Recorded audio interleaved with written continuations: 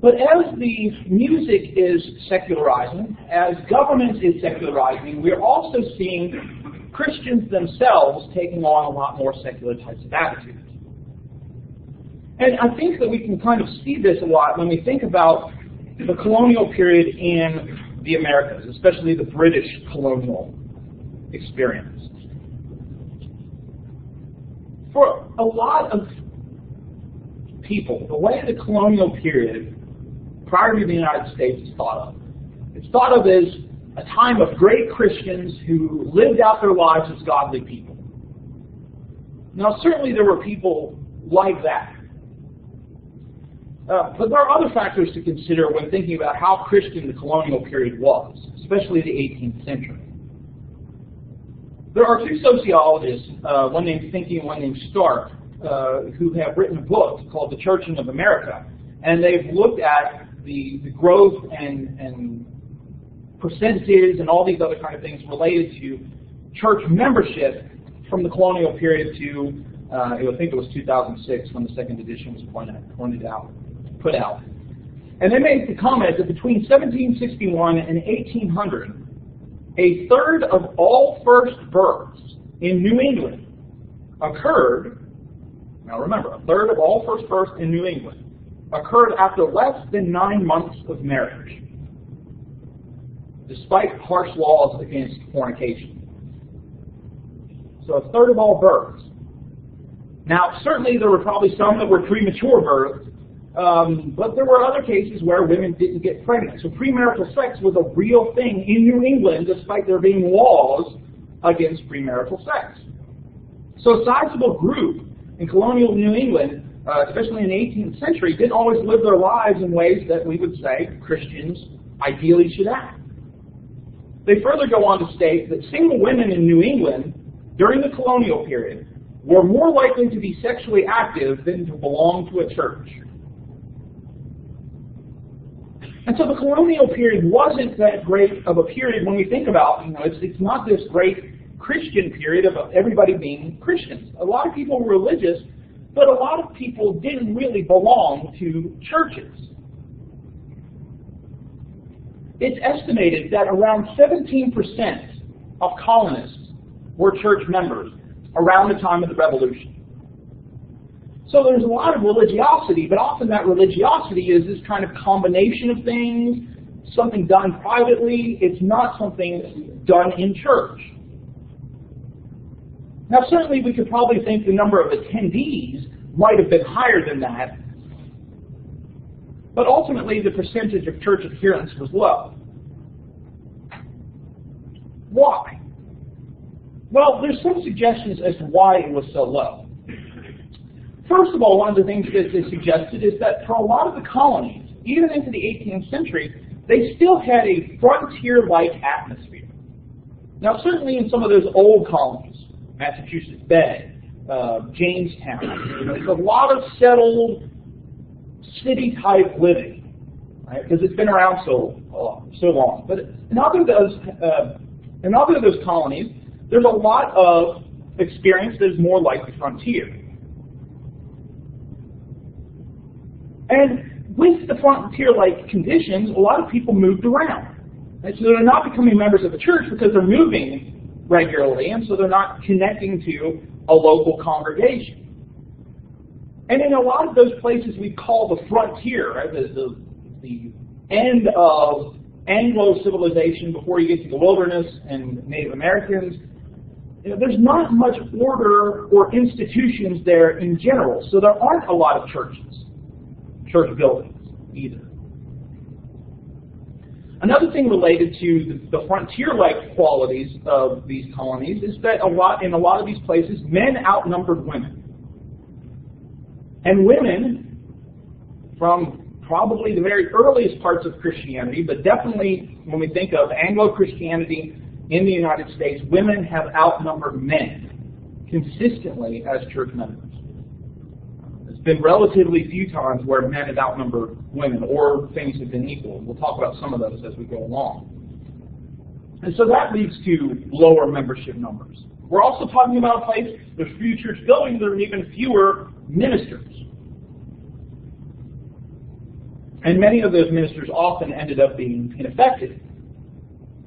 Another reason that's been suggested for why church membership was so low is that a lot of the ministers had their salaries provided to them by the state. Now, certainly there were dissenting church groups, right, Baptist and an Anglican colony, but in places where the majority is Anglican or Congregationalist in New England, for example, the fact that your salary is provided by the state often led a lot of ministers to not be that proactive about doing the kind of things ministers are often thought of doing, right? Visiting members, connecting with the members, watching after the members' spiritual things. And so, the ministers, likely, these sociologists suggest, probably neglected their duties a lot. And so that would have led to lower church membership because they're not active in, communicating, bringing people in, those kinds of things. In those places that are less frontier-like, there was the beginnings through the 18th century of a lot of affluence. And often when people are doing well economically, they are less concerned about religious matters. That's not always true. A lot of rich people are committed Christians as well, but the tendency is when you're doing well economically, you're not as concerned about spiritual matters. You're concerned about this worldly matters. So that would have led to lower numbers as well. And then finally, one of the things that Thinking and Stark suggests for why we have such low numbers is due to the secularization of the clergy. A lot of the clergy, especially in New England, are being educated at Harvard and Yale, which are still religious colleges at this point in the 18th century, obviously. But a lot of the professors there are beginning to doubt things like the supernatural. They're being influenced by the Enlightenment, and so there's an emphasis on reason, not superstition, and that's making its way into the ministers, and so the ministers are becoming more secular themselves. And so through the 18th century, we see this kind of, low numbers of adherents. Which means that what actually has taken place is a sizable growth in church attendance rather than a decline.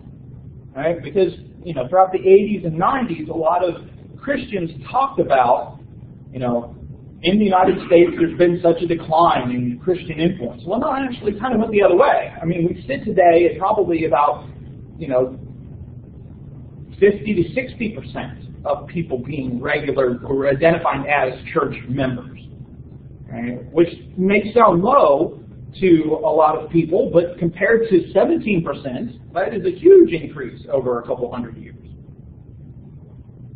And so membership, largely influenced by the culture around us, was in quite a bit of decline in the 18th century.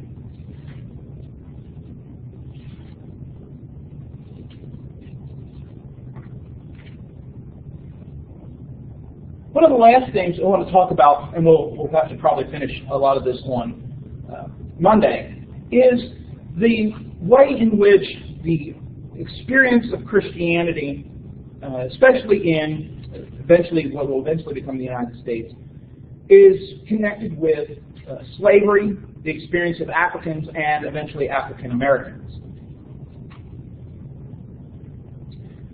I want to start by reminding us of some things we talked about in the 17th century. The 17th century is when the North American African slave trade started. Africa is kind of a mixture of Islam, traditional religions, there's some Christianity. There's some commonalities between African religions and Christianity, right? The belief in this world and the other one, right? So there's some commonalities there that lead to some success in missions, but not too much.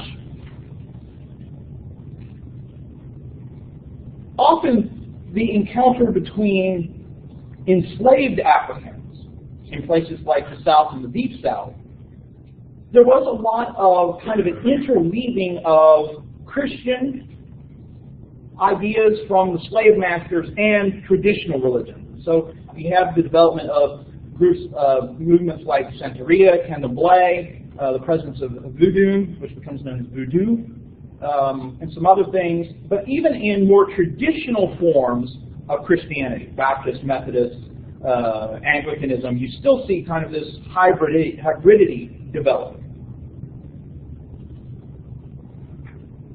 And of course, we also talked about this idea of, slavery becomes a possibility or an integral part of American enterprise once there are those cash crops, right? Tobacco, by the end of the 18th century, cotton with the cotton gin, indigo rice, and others. When there's that need for that large labor force, so the choosing slavery over empowering workers, which is ultimately what leads to slavery dying out in the North. Throughout the 18th century, there are slaves in the North. But it dies out not because Northerners suddenly have a change of heart, as much as it is economically it doesn't make sense. And eventually Northerners will lead to, you'll have a lot of Northerners express moral outrage at slavery. But throughout the 18th century, it's more because economically it doesn't make sense. But one of the big things that develops in the 18th century is a growing concern over if we convert Africans, if we convert slaves, what does that do to being able to hold them in slavery? What does it do to, what do we do about their souls? In 1701, the Anglican Church starts a man named Thomas Bray, who's a priest in the Anglican Church, starts the Society for the Propagation of the Gospel in Foreign Parts. Essentially, the goal was to send clergy, to send literature to Britain's colonies. Because Bray and these others feel that the Church of England doesn't have a very large role, even in these colonies where it's established.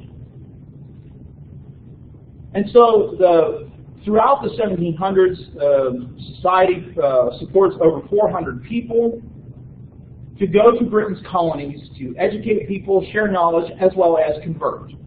The assumption is these dissenters, these nonconformists, the Baptists, the Quakers, have too much influence. So they're looking at the dissenters on one side and saying they're becoming too numerous. They look at the Catholics on the other side to see how successful Catholics are in missionizing and evangelizing. And they say, well, we want some of that as well. And so they become very active in the lower South, the Mid-Atlantic, but also in New England, Bermuda, eventually in Canada as well. A lot of their activities in North America will decline after the Revolution, largely because the charter permitted them only to work in colonies of Great Britain.